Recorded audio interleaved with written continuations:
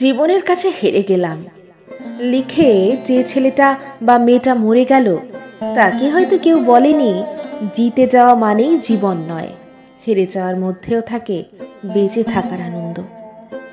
Del Carnegie শিবখোরারা বারবার একটা কথাই বলেছেন, তুমিও জিতবে, শক্ত হও, উঠে দাঁড়াও, দৌড়ো, জিততে তোমাকে হবেই। কিন্তু কেউ বলে না তুমিও হারবে, তুমিও তো রক্ত মাংসেরই মানুষ, তোমারও ক্লান্ত লাগবে, একটু বসো, এখনো আর উঠে দাঁড়ানোর দরকার নেই, সবসময় দৌড়তে হয় না, খানিকটা জিরিয়ে নাও, অনেকক্ষণ তো শক্ত থেকেছ, এবার একটু নরম হও।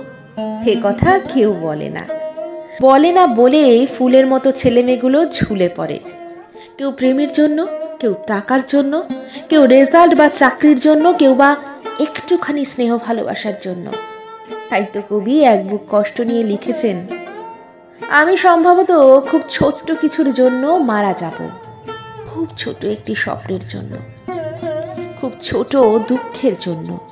আমি হয়তো মারা যাব কারো ঘুমের ভেতরে একটি ছোট্ট দীর্ঘশ্বাসের জন্য, এক ফোঁটা সৌন্দর্যের জন্য।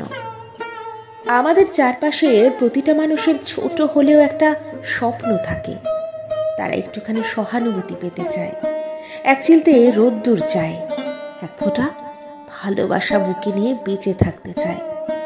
মা, বাবা, শিক্ষক, অভিভাবক, বন্ধু, সমাজ, আপনাদের সবার কাছে অনুরোধ, জিতে যাওয়ার মোটিভেশন দেন, তাতে সমস্যা নেই, কিন্তু হেরে যাওয়াদের কথাও একটু বলেন।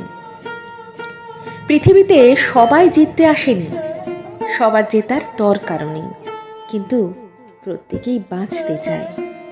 পৃথিবীর আলো, বাতাস, জল বা জ্যোৎস্নায় সবার সমান অধিকার আছে। জিতে যাওয়া মানুষটার যেমন হাসার অধিকার আছে, তেমনি হেরে যাওয়া লোকটারও অধিকার আছে মন খুলে কাঁদার।